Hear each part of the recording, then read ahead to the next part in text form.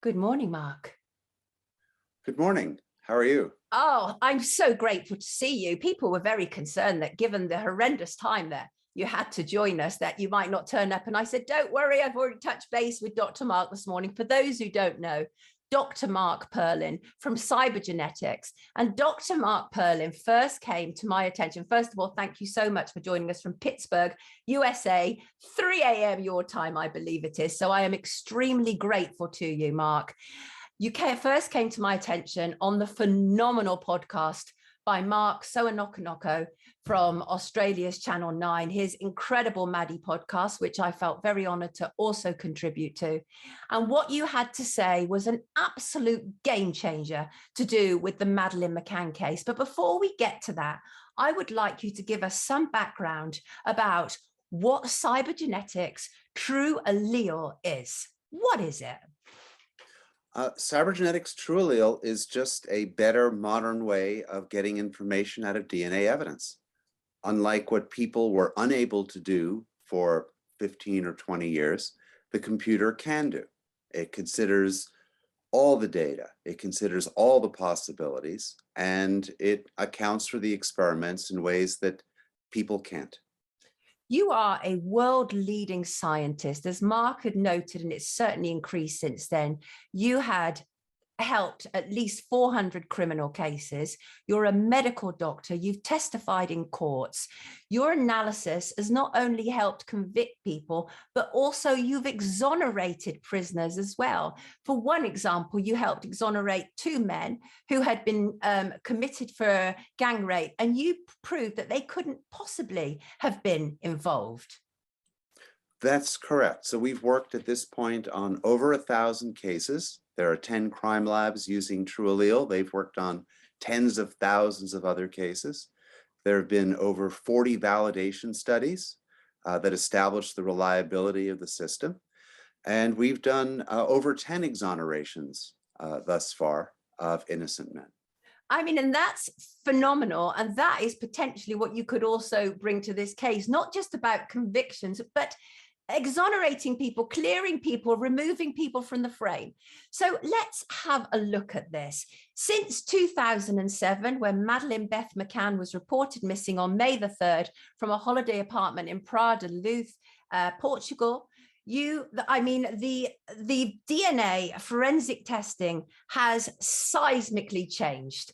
So we could potentially now look at those results with a completely different eye, right? Yes, in fact, with a computer eye instead of a human eye. So the technology for taking the biological samples from a crime scene and in the laboratory, transforming them into electronic data that is telling us something about those samples, that hasn't changed much in the last 20 years. But the ability to take those electronic data files and then transform those objectively and accurately and completely into useful information, that's been the revolution that I've been privileged to be part of for the last 20 years. And this is, what about bias, accuracy? Well, previous human methods, which is still done by probably most crime labs, requires a match. Somebody needs to look at the answer. At the same time, they're looking at the evidence question, and that's inherently biased. Other people have published studies that show you can get completely the wrong answer when there's many contributors or there's a little bit of DNA, which is the concern of the Forensic Science Service, the FSS in this case. But with true allele can't even look at the reference samples, say from the McCann family or from a suspect, when it's processing the evidence. That unmixing of mixtures, that looking at low-level DNA is done completely objectively without any knowledge of what answer somebody might want. And when the computer's done, comparison can be made to anyone who has DNA. It's a complete answer ready for comparison. Right, so DNA samples. So Martin Grime, a highly expert handler of enhanced victim recovery dogs, took Eddie and Keela to the apartments and various other things that the Tapas Nine, as they became known in the British press, were around, and what Madeleine was potentially around. In August 2007, dozens of DNA samples were sent, and the dogs obviously alerted in the apartment, the hire car, which was hired 25 days after Madeleine was reported missing, the Madeleine's toy, a number of places. Tiles were pulled up, samples were sent to the Forensic Science Services in Birmingham, England, was analysed by Dr. John Lowe. Obviously, most all of us who are interested in the case have seen Dr. John Lowe's response. And it's not that you're particularly, and his conclusion was inconclusive. And obviously what Martin Grimer told us was that it's one thing the dog's alerting, but you need more than that. You need this to be backed up with, you know, laboratories and the scientific evidence of it. So tell us what your thoughts about Dr. John Lowe's analysis of it. Well, I've seen a summary of the report on 18 items. I've also seen an email he sent explaining one of the results. And it's very similar to the other 1,000 cases that we've seen. Our starting point at Cybergenetics on our service component, we sell products to laboratories, we also provide forensic services, is always a free analysis. A group, prosecutor, defense, innocence, police will send us the electronic DNA data that the lab has produced. And then the reason they're sending it to us is because the lab has called the results inconclusive, because human review or limited software that can't really reach into the data and pull out a complete answer has failed. So that's our starting point. So when Mark Sonokonoko first sent me these reports, I was struck by how typical they are of informative DNA. There's 16 items at the apartment, there's 2 at the car. On 6 of the items, the lab says, in a more technical reporting language, they're saying there's too many people who left their DNA on this one item. It's too complex. That means there's information there. Right. That's exactly what it's telling you on 6 of the items, the skirting board, the tiles. There's information. Put it into Trulio, get the answer. On another 6 items, they're using language too meager to make a meaningful comparison. In plain English, that means too little DNA for the limited primitive human review manual methods that they were using at the time. But Trulio has been validated down to 1 or 2 cells. You don't need the larger amounts that human review required. I mean, we showed this, for example, when we worked in a Belfast case for the real IRA terrorist Mazarine attack. The data there was from a burned out car. It was the data between the 3 signals produced by the lab was so low, it didn't even look like the same data. But Trulio was able to take all of that data, combine it, and take inconclusive and turn it into a match statistic of 1 million by using all the data. So these words, too meager, too complex, that means there's data there for the computer. And in the hired car, both of the 2 items on the luggage were interpretable in the same way. So from my perspective, I'm looking at 14 out of 18 items with the exact language saying the data can be interpreted. They are informative. Moreover, you have the references, you have the family.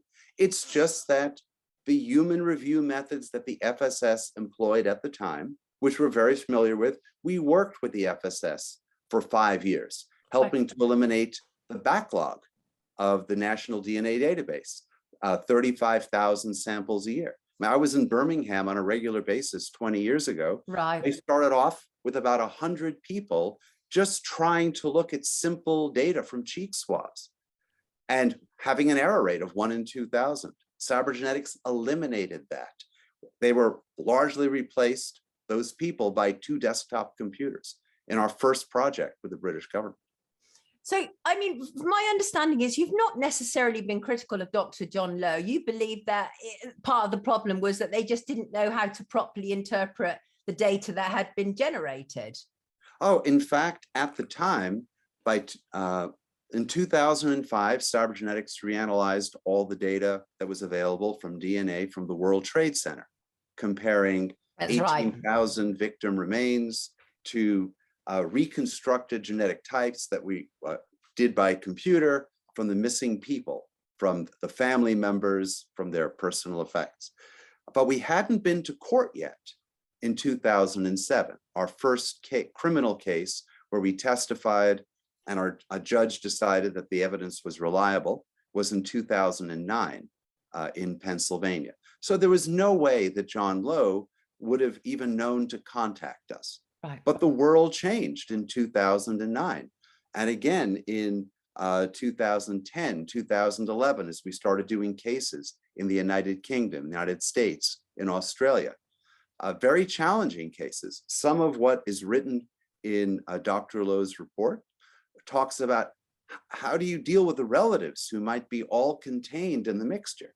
Well, we solved that in a dramatic quintuple family homicide in Sydney, Australia, 10 years ago, the Z homicide, where on one streak of blood on a garage floor, Trulil was able to separate out and unmix to find evidence for 4 different family members and produce match statistics. So what Dr. Lowe legitimately would have found to be impossible in 2007 was completely routine for Trulil a few years later.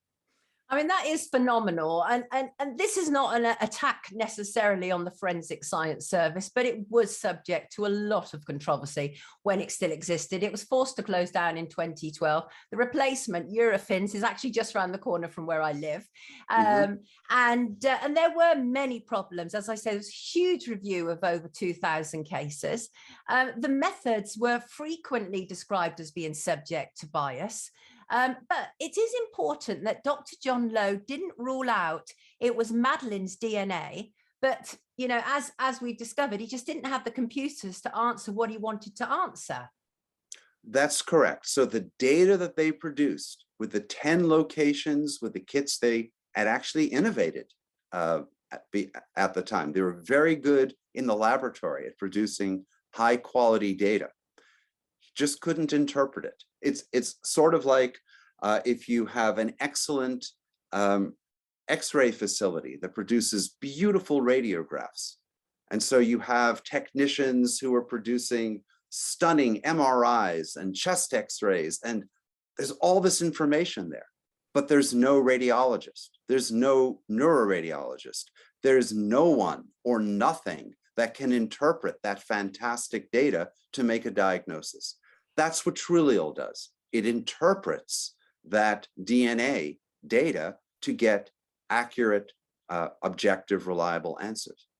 And now I think I'm about to tick off the British public, not with you, Mark, but the fact is 3 years ago, you offered your services free of charge to British authorities, including the Metropolitan Police and Operation Grange, the Home Office, Prime Minister, and you offered to bring in Trulil to re-examine this data. You didn't even need the actual data, you just needed the computer data of it, right? We didn't need the DNA samples, the biological material. Right. Yes, I sent an email to Detective Chief Inspector Nicola Hall, who was the director. Wall, sorry, yes. Who was director, or maybe still be, for all I know. Yeah. I never heard back from her, so I don't know, of Operation Grange, explaining, I can send you a copy of the letter if you'd like. Yes, please. Explaining, this is who we are, this is what we've done in England, this is what we've done in the world, and this is why we think we can help you. And since our usual business model in a case like this wouldn't be to charge anyway, we just offered to help, and the silence was deafening. And it is deafening because it's been reported in some of our national press. I know for fact that they know about this. There's no doubt about it. And their silence is not acknowledging what you're doing. It's a refusal. I take it as an absolute refusal, as do other people who know this case. And that's a real problem to us because the Metropolitan Police is investigating the disappearance of Madeleine.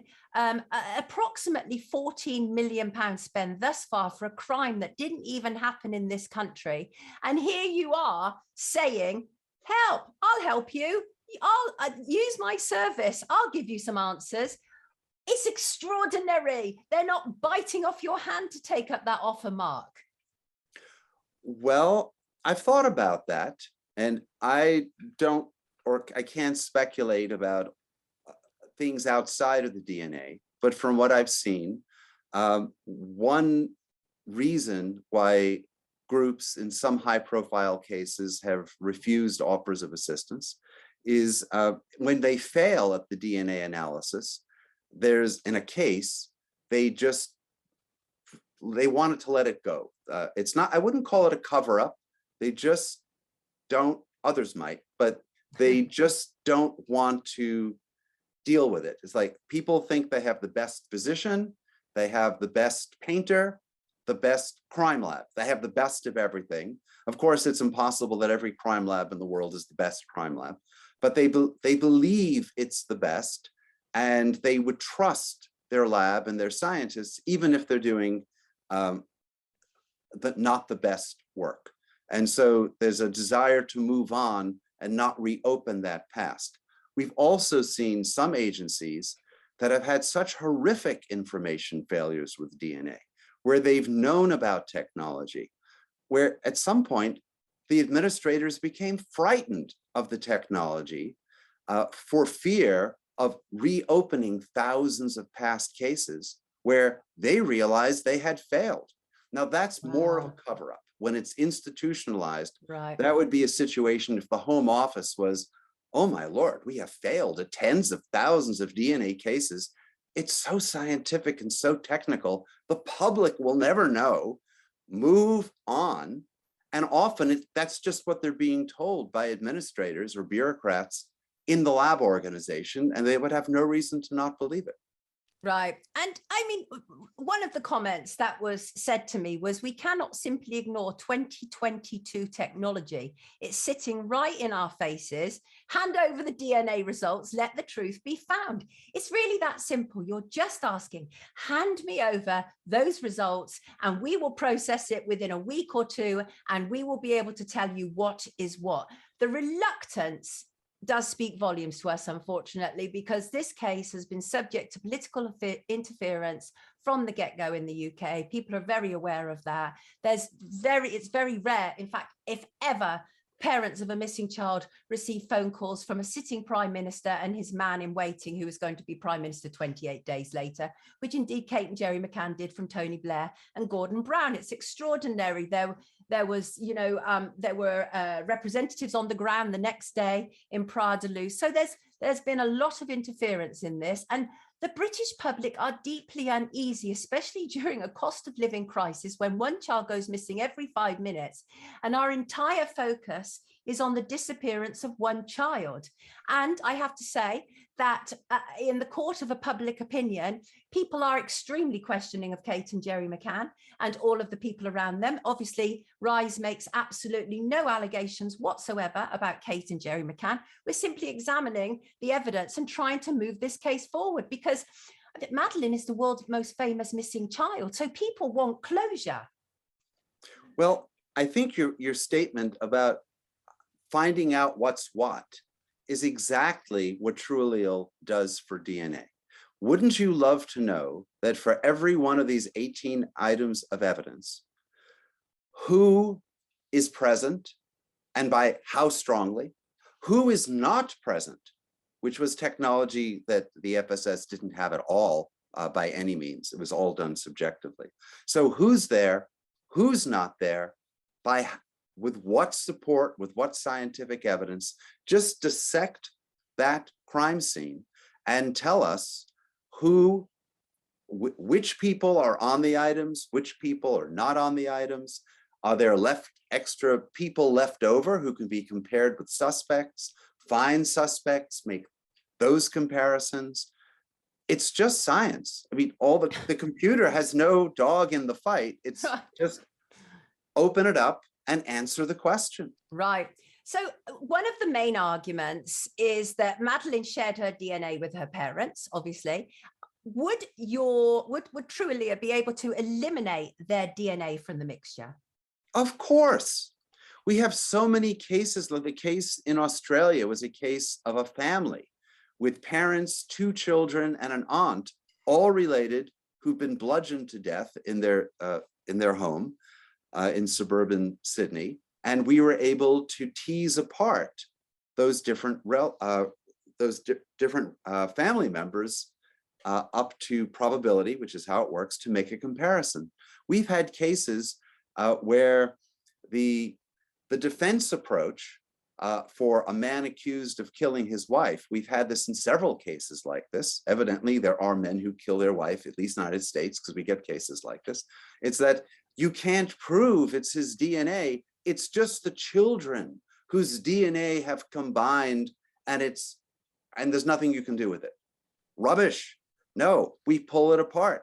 No, it's not that child. It's not that child. It's him. And with strong match statistics, there are methods of working with families, subtracting out the DNA, accounting for it. That's a good argument if you're using failed government human review from 15 years ago. Right. It's ridiculous today if you're talking about Trulia. It's nonsense. Right. 5-9 in the comments says, I'm out of patience with this case. What a knowledgeable and humble guest. There is a great deal of support here for you, Dr. Perlin. People are extremely excited to hear you were coming on. And in fact, I'd just like to send a shout out to our wonderful Craig Campbell in the comments, who said to me last week, it would be so great if you could get Dr. Perlin on Rise. And I wrote to you that day and you immediately said yes. So thank you, Craig, for prompting me on that, because here is the man here now. So just some more things that I'd like to make some sense of. Obviously, Madeleine's DNA should be in the apartment because she was there from the Saturday. And well, we are told reportedly until the Thursday, but certainly her DNA should be in the apartment. So that shouldn't be so shocking, should it? No, I mean, the point of forensic DNA that makes it interesting is helping to find out when DNA is unexpected, when somebody is present who you weren't expecting. I mean, if you accuse somebody of a crime and say, look, your DNA is on your own chair in your own office, that's not probative evidence. That might be a true scientific statement, but it doesn't prove anything. I think one of the most controversial aspects of the DNA gathering was, of course, the hire car, which was hired 25 days after Madeleine was reported missing. And I think one of the main questions that I've been asked about this, because we've seen that it's on record that McCann's DNA was in the car, but would you be able to, I mean, you say you'd be able to separate it out, but would you be able to actually prove whether Madeleine's DNA was actually in that car where the dogs alerted? If the data were sufficiently informative, which I see no reason not to think is reasonable, given that even human review could see interpretable data present, if the data support it, based on many other cases we've done like this, yes, I would expect that we can figure out who in the McCann family is present or not present on those items and how strong the DNA support is for that. The people in the comments are actually now calling for a national campaign to get this done, which we at Rise will fully support. And in fact, we are absolutely going to up the ante on this. And we will be sending today copies of this interview to the Prime Minister, to Priti Patel, the Home Secretary, to Operation Grange and any authorities. And it's not only the UK who have failed to respond to your assistance, it's also the Portuguese police, isn't it, Mark? I did write to them as well, shortly after I got no response from Operation Grange, and I was met with the same reply. I never heard back from them. It's a problem. It is a real problem for many people. It doesn't add up. It doesn't. Trudy says you're so lovely, by the way, Dr. Mark. Thank you, Trudy. You're clearly gathering fans here today. I mean, what is your overview of the whole situation that after 3 years of offering your service, and it wasn't just you, it was also Mark who was contacting these authorities as well. And again, closed door, blank, etc., etc. I mean, obviously, I don't want to take you into theoretical territory like of a cover-up or anything, but generally, do you normally get such resistance to your service? Occasionally, we'll see it in a high-profile case. For example, we've offered over the years at the request of other groups to assist in the JonBenet Ramsey case. So we offer, maybe every 5 years we contact them, and then we get, they respond, but they respond with a polite no, they're not interested. Of course, with the methods their lab has used to interpret their DNA, which might be excellent data, of course they're not getting any results. So what's puzzling, of course, to a scientist is if your goal is to get an answer, well, why not take the data, put it into a reliable machine and get the answer? Why would you do anything else if what you wanted was the truth? I don't know. Yeah, completely, 100%. And actually the same applies to the McCanns, because there's no getting around the fact that the issue of the dogs still hangs over the McCanns. I mean, people still say, ask the dog, I'm not asked dogs. That's what Jerry McCann said when asked in an interview about them, but people still say dogs don't lie. And so this hangs over them. So equally, in the same way as it could implicate anybody who was there, it could also clear them, couldn't it? So it's to their advantage to take up your offer. Yes, in fact, with the new suspect that's arisen, Christian B. B, sorry, I've just read his name in the paper. No, don't worry. Everybody says it anyway. Yes, Christian Bruckner, absolutely. What's occurred to me and others is that if he's actually accused of a crime and there are reasonable laws to defend yourself in the country that he's in, then his defense attorneys should, under all the laws I know, have discovery rights to demand the DNA that could clear him. Now, the truth is, the way the law works is whether the DNA implicates him or clears him, it makes no difference. They're entitled to that evidence because it relates to his guilt or innocence. What they do with it is their own business.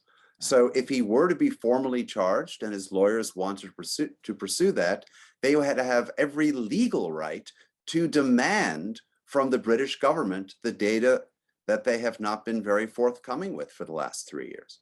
Right.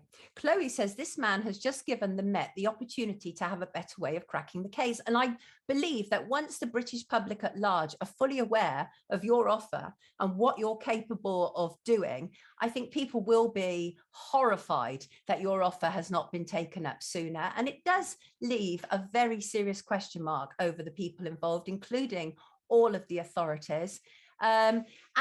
Craig, he's allowed to access this now as a suspect in Portugal. Yes, that's right. Christian B can now do that. And the other thing is, Mark, is that obviously you're working with this data and obviously a lot of it is gathered by enhanced victim recovery dogs. What is your experience of EVRD dogs and the reliability of them? I don't have any, so I can't comment. But my question for you, I'm not supposed to ask you a question, but you asked me a question. Anyway, England is a democracy. And okay, we say the same thing in the States, all right. But nonetheless, England's a democracy. And if you have tens of thousands of viewers who are concerned about the issue, shouldn't they be writing to government? Absolutely. And demanding that the government do its job instead of failing? Yes, right. This is a shout out to our RISE viewers. Please, once this stream is over, I would request very dearly that you send to your local MP a copy of this recording. Get your local MP behind it. Tell them we want an answer to this, because let's be clear about this. Dr. Mark Perlin is not some fly-by-night opportunist who wants to hook himself to the case. He's a leading scientist who is offering this service, and you have been backed by leading people, including Colin Sutton, who has been on Rise before. Colin Sutton, leading British detective, cracked many amazing cases, and he believes that this is absolutely a game changer. So it's not just people like me who is an amateur in the realm of DNA interpretation, but it's also people who have worked with it before for his own investigations. And he believes absolutely that what you're offering is a game changer, Mark. Well, it has been in many cases, and we have worked on many cases in the United Kingdom where it's made a difference to the case. Mm-hmm. Exactly. And I think one of the problems, as pointed out by somebody in the comments, Unity News, the problem is the public have not been told the full story. So they've only been fed half a story. And as I say, so far we've spent approximately, and that's what we know of, £14 million for a case that didn't happen in this country. And here you are saying, I'll help, and you are still being refused. It is heartbreaking for those of us who know the case and feel that the answers are just there and waiting for us. So Human Creative says, we're on it already. MP Blitz and even why haven't the McCanns accepted your offer, Mark? I would as a parent wanting answers. And I have to be honest, I would too. I mean, thank God this is not something I've experienced, thank God. But what parent wouldn't want answers? Wouldn't you want to know if your child left that apartment alive or dead? I mean, that's because you can tell us that, can't you? As a parent of 3 boys, I could say I would, but I can't put myself in someone else's shoes. I can just say what I would. Sure. But what you can tell us is whether Madeleine left that apartment alive or dead, if the material is there for you to interpret it. I don't know about her being live or dead. Right. I do know about whose DNA would be on or not on which items up to what the data can tell us. Right. So but without the data, I can't say more. No, you can't. What would you like to happen, Mark? Oh, wouldn't it be lovely if I received an email today, 1st of July, from Operation Grange or the Home Office saying, here's a Dropbox, and here are the profiles, here are the 18 evidence items or more if they have them. They're the electronic data files. I'm speaking to the Home Office now. They would have been called .fsa files. That's the file type at the time, to just send along those files and any other reports they might have. And then in a week or two, I could send a nice reply, having received those by Dropbox, and email to the correct people and tell them scientifically, here's a chart. And the chart is telling you, here's a list of the evidence items, here are the references, and here are the numbers that tell you to what extent someone is present or not present. As I said, we have done that for over 1,000 cases. We've done it in dozens of studies. It's just routine for us. This is easy. Right. I mean, you make it sound incredibly easy. I literally, like, if I didn't know as much about this case and the interference as I do, I would be baffled. But unfortunately, I'm not baffled that your offer hasn't been taken up. And that is a sentiment that is shared with many of our viewers. Let me read you some of the comments. Craig says, share and push. We need momentum. Please do this, everyone. See, Yogi says we should all tweet Met with this clip asking for a response. Strength in numbers, says Simon. Luggerbug says this is an offer of a conclusion to the case. It should not be ignored. Dee says thank you, Dr. Perlin, for your amazing work. The truth will out. And thank you so much, Dr. Mark, says Trudy. Massive respect to you, says Inez. Let's make this happen, folks, they're saying in the comments. And that is really what we need to know, because it is time. It is time. This case has been hanging over many people for a very, very, very long time.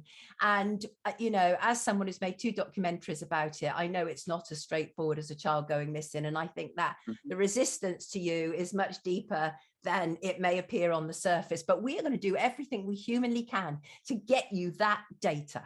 You need it, they need to release it to you, and you need to analyze it. And that is something we completely back, and we will do as much as we can to see that happen, Mark. Well, that is fantastic. I look forward to receiving it. Well, you know, as Craig says, you could have the results within a week. Absolutely. KitKat says worldwide, let's demand DNA data to be used to solve the McCann case. And that's it. Justice for Madeleine, says Mr. Zink or Swim. And that's ultimately what it is. We want some answers for what happened to a 3-year-old girl 12 days away from her 4th birthday in May 2007. It's that simple. You're offering a public service.